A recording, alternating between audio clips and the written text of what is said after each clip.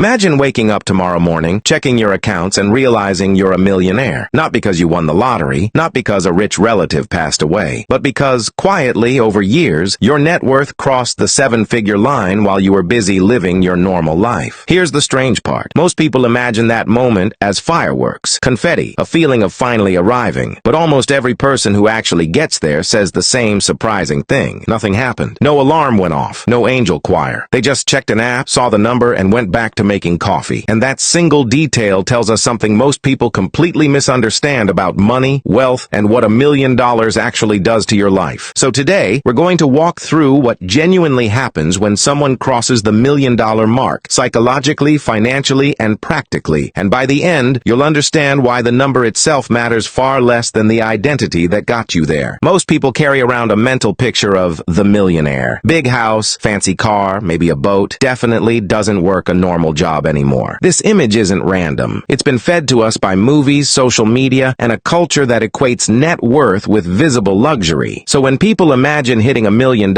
they imagine their life transforming instantly into that picture. But here's the problem. That picture is almost entirely wrong. Studies on self-made millionaires consistently find something that surprises people. Most of them don't drive luxury cars. Most of them live in normal, unremarkable houses in normal neighborhoods. Many of them still clip coupons, still compare prices, still drive their car until it dies, instead of trading it in every 2 years. Why? Because the way most people become millionaires is the opposite of how movies show it. It's not glamorous. It's boring. It's consistent. And that boring process actually rewires how a person thinks about money, which is exactly why hitting the number doesn't feel like fireworks. Let's break down what's actually going on. Picture two people, both starting their careers at the same time, both earning the exact same salary. Person A gets their paycheck and immediately upgrades their lifestyle. New apartment, new car, nice dinners every weekend. Every time they get a raise, their spending rises right along with it. On paper, they look successful. New clothes, new gadgets, always something to show for their income. Person B gets the same paycheck, but instead of upgrading their life every time their income goes up, they keep their expenses roughly the same and quietly put the difference into investments. Their apartment is fine, not flashy. Their car is reliable, not impressive. To an outside observer, Person B looks like they're doing worse than Person A. Now fast forward 20 years. Person A is still living paycheck to paycheck, just a more expensive version of paycheck to paycheck. Their lifestyle grew with their income, so no matter how much they earned, there was never anything left over. Person B, the one who looked less successful the whole time, has quietly crossed $1 million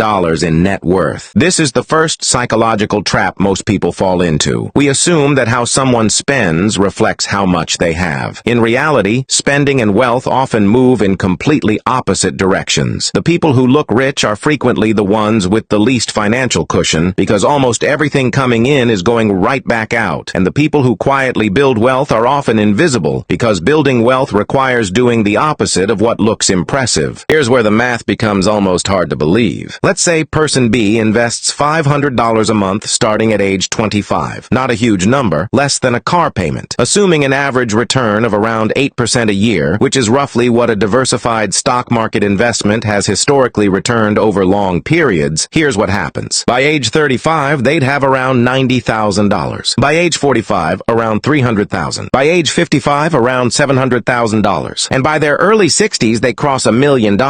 Notice something about that progression. The growth isn't a straight line. It practically explodes in the final years. That's because of compound interest, which is really just a fancy term for your money making money, and then that new money making even more money. Think of it like a snowball rolling down a hill. At the top of the hill, the snowball is small, and it picks up snow slowly. You barely notice it growing, but the further it rolls, the bigger it gets, and the bigger it gets, the faster it picks up even more snow. The middle of the hill looks unimpressive. The bottom of the hill is where it becomes massive. Most people quit rolling the snowball halfway down the hill. They see slow progress in year 3 or year 5, assume it isn't working, and stop. They never get to see the part where the growth becomes dramatic, because that part only happens if you keep going. This is why the $1 million milestone often surprises the person who reaches it. The final $100,000 can sometimes arrive faster than the first $10,000 did. The system was working the whole time. It just wasn't visible yet. Now here's the part that really matters, the part that goes beyond spreadsheets and interest rates. The people who actually reach $1 million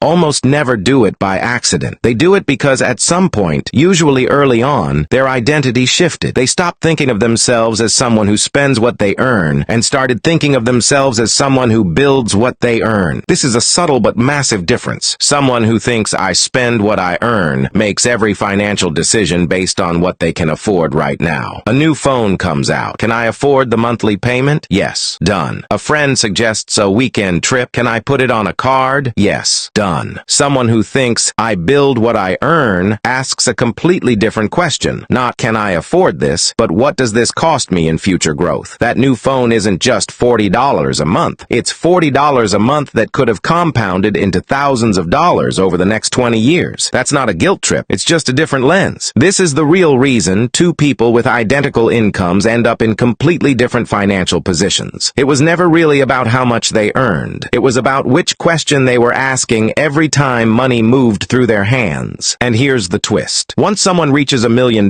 this way of thinking doesn't disappear. If anything, it gets stronger. That's why so many people who hit the milestone don't suddenly start spending wildly. The habits and mindset that got them there are the same habits and mindset that keep the money growing afterward. The identity came first. The number came second. So if fireworks don't happen, what does change? The first shift is quiet but powerful. A sense of safety. Not luxury, safety. Knowing that a surprise medical bill, a job loss, or a broken car doesn't threaten your entire financial foundation. That feeling of I'll figure it out replaces the constant background hum of financial stress that most people live with their entire lives. The second shift is time. At a certain point, if that $1 million is invested and growing, it starts producing meaningful income on its own. If you assume a conservative withdrawal rate of around 4% a year, $1 million can generate roughly $40,000 annually without ever touching the original amount. That's not yacht money. But for a lot of people, that's rent money or grocery money or I could work part-time if I wanted to money. The $1 million starts working a second job, one that never gets tired and never calls in sick. The third shift is the strangest one. Many people say that reaching the milestone feels less like an ending and more like proof of a system. Once you've watched the snowball actually grow, once you've seen boring, consistent habits turn into a real number, you trust the process in a completely different way. The goal often stops being reach $1 million and starts being keep the system running because now you've seen firsthand that it worked. Here's the deeper truth hiding underneath all of this. $1 million was never really the goal. It's a symptom. It's what naturally happens when someone consistently spends less than they earn and invests the difference over a long enough period of time. The number is simply evidence of the behavior, not a separate achievement you unlock with some clever trick. This is why lottery winners so often end up broke within a few years, despite receiving far more than $1 million all at once. They got the number without ever building the identity or habits that normally come with it. The snowball was placed at the bottom of the hill instead of rolled there, and without the habits that build a snowball naturally, it melts. And this is also why some people with relatively modest incomes end up wealthier than people who earn 2 or 3 times as much. Income determines how fast the snowball could grow, but behavior determines whether it grows at all. You don't need a 6-figure salary to start this process. You need 2 things: a gap between what you earn and what you spend, and enough time for that gap to compound. If you're 25 and investing $300 a month, time is doing most of the heavy lifting for you. If you're 40 and starting later, the amount matters more, but the principle is identical. Spend less than you earn. Invest the difference. Leave it alone. Let the snowball roll. The version of you sitting on a pile of boring, consistent decisions 10 or 20 years from now will look a lot more like a millionaire than the version of you chasing a lifestyle that looks impressive right now. So what actually happens when you hit $1 million?